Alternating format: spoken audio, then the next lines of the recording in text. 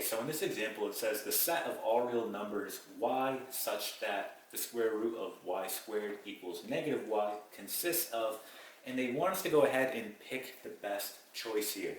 So we're given 4 choices.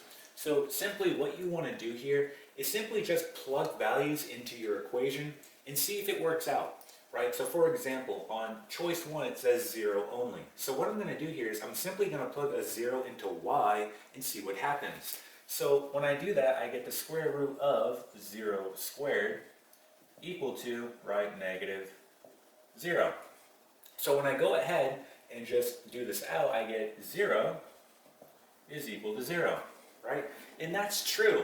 However, you do have 3 other choices, so you want to make sure you read through these.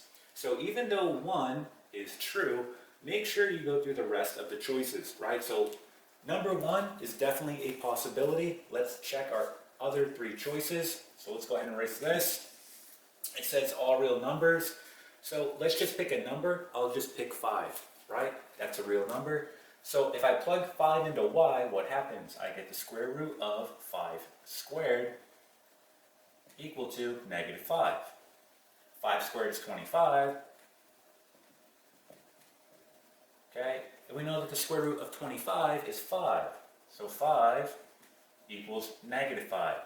That is not true, right? So it can't be all real numbers. We just proved that here. Positive real numbers only, well again, we just proved that because 5 is positive, and we just tried that and it didn't work out. So it can't be 3 either. So right now 1 is looking pretty good. However, if you look at 4, it says non-positive real numbers only. So what I'm going to do here, I'm going to go ahead and pick negative 5 instead of 5, right? Because that would be a non-positive real number. So what happens if I plug in a negative 5 wherever I see y?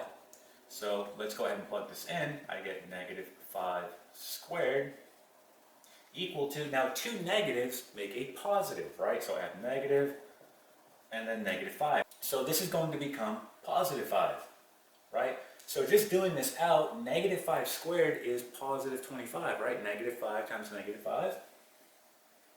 So positive 25. Again, 2 negatives, we just said, make a positive, and the square root of 25 is 5. That's also true, right? 5 equals 5. So right now, we just narrowed it down to, it's going to be either 1 or 4. So let's read this again. It says 0 only on 1. On 4, it says non-positive real numbers only. You have to pick the best choice here. And in this case, 4 is going to be your best choice. So 4 will be your best choice, and let's talk about why. Because technically, 0 is neither positive or negative, right? So for 4, technically, right, 0 is non-positive, so it would work out here.